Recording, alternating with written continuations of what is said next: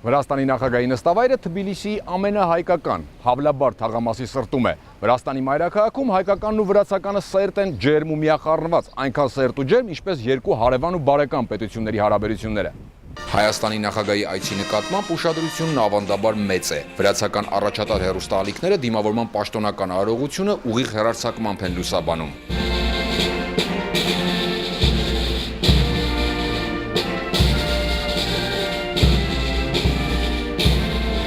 6 ամսում երկրորդ հանդիպումը նախագահների մակարդակով միջպետական հարաբերությունների առավել սերտ ձևաչափ անհնար է պատկերացնել։ Գեորգի Մարգվելաշվիլին Երևանում էր փետրվարին։ Հայաստանը վերահաստատում է հարևանի հետ բարեկամության ու փոխմբռնման ոգով աշխատելու պատրաստակամությունը։ Թբիլիսիում նույն կերպ եմ մտածում։ Մենք շատ սերտ գործակցություն ունենք հարևան ու բարեկամ Հայաստանի հետ։ Իր այս այցով Հայաստանի նախագահն ընդգծում է դա։ Այցը շատ կարևոր է գործակցության հեռանկարները քննարկելու համար։ Նախագահները բանակցությունները գործնական եւ արդյունավետ են գնահատում։ Քննարկել են հայ-վրացական հագեցած օրակարգի հարցերի լայն շրջանակ։ Հարավային Կովկասի տարածաշրջանում առկա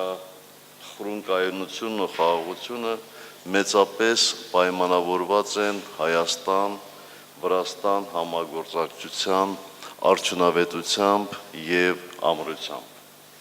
Մենք մշտապես հարգել ենք միմյանց որոշումները, գիտակցելով, որ յուրաքանչյուրիս առաջնահերթ նպատակն է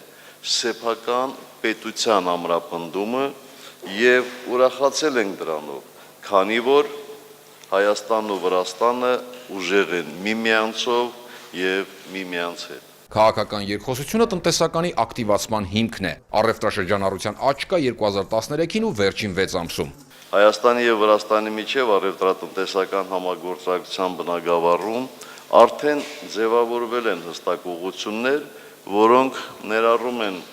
տրանսպորտի եւ էներգետիկայի ոլորտը, զբոսաշրջությունը, գյուղատնտեսական ապրանքների վերամշակումը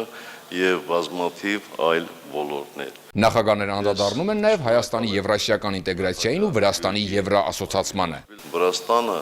հունիսի 27-ին ստորագրելով ասոցիացման համաձայնագիր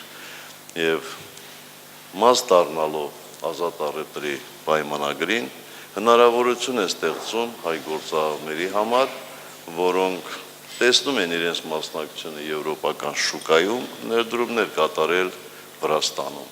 եւ հակառակն են տեսնում Հայաստանի մաքսային միության անդամակցելուց հետո հեռանկար է բացվում այն վրացի գործարարների համար ներդրումներ կատարելու Հայաստանում, ովքեր ունեն շուկա կամ կարող են ունենալ շուկա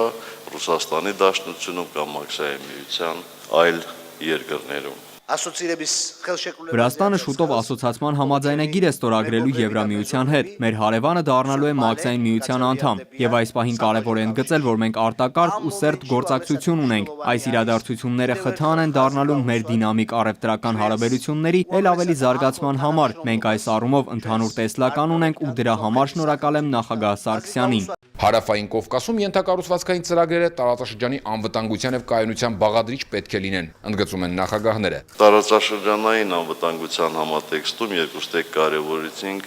միջազգային հարթակներում արդյունավետ համագործակցությունը,